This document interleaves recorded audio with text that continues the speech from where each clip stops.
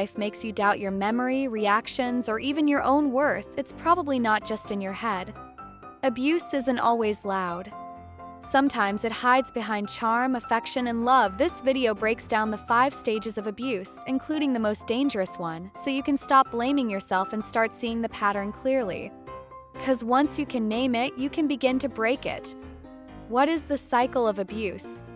In 1979, psychologist Dr. Lenore Walker interviewed hundreds of survivors of domestic violence and discovered a repeating emotional pattern in abusive relationships.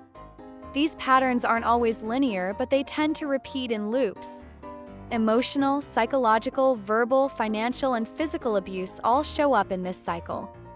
Once you understand it, you can begin to see through the confusion and reclaim your power. Stage 1. Love bombing. In the beginning, everything feels perfect. They shower you with love, attention, compliments, and even gifts. You feel seen, chosen, and deeply wanted, especially during a vulnerable time in your life. You might be grieving, burnout, or feeling unseen. This person seems to offer comfort, stability, and devotion. But the affection isn't about intimacy, it's about dependency. The intensity is designed to bond you to them quickly. So when things shift, you cling to what you thought the relationship was. Stage 2. Tension building. Then something changes. You feel like you're walking on eggshells. Their tone sharpens. Their patience shortens. You start adjusting your behavior to avoid setting them off. Sarcastic remarks, dismissive jokes, or sudden coldness leave you unsettled. You blame yourself, thinking maybe you're the problem. But these aren't just mood swings. This is your body responding to emotional instability. You might hear things like, "You're too sensitive. It was just a joke. I said that because I care about you. You're always looking for problems. If you cared about me, you'd do what I asked." These comments slowly erode your self-trust and prepare you to doubt your instincts when the real harm begins. Stage 3. The incident, the most dangerous stage. This is where the tension erupts into harm. But harm doesn't always mean hitting. It can look like verbal abuse, name-calling, threats, yelling. Emotional abuse, silent treatment, withdrawal, isolation. Financial abuse, controlling your money.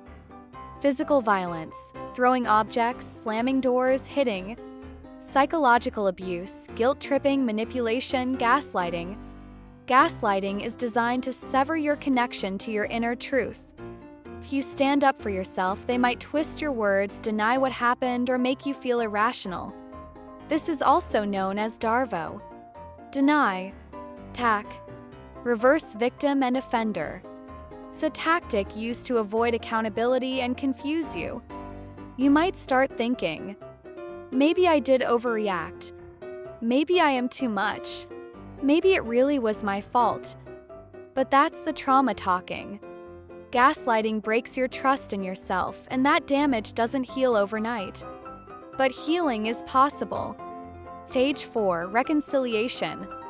After the incident, the abuser often becomes affectionate again, apologizing, crying, or blaming stress. You might hear, "You know I love you. It'll never happen again. I was just overwhelmed." Their kindness may feel comforting and you want to believe it. The emotional highs and lows become addictive. This is trauma bonding, when the brain links affection to relief after pain. You start craving their love to heal the harm they caused. But this isn't love. It's emotional survival.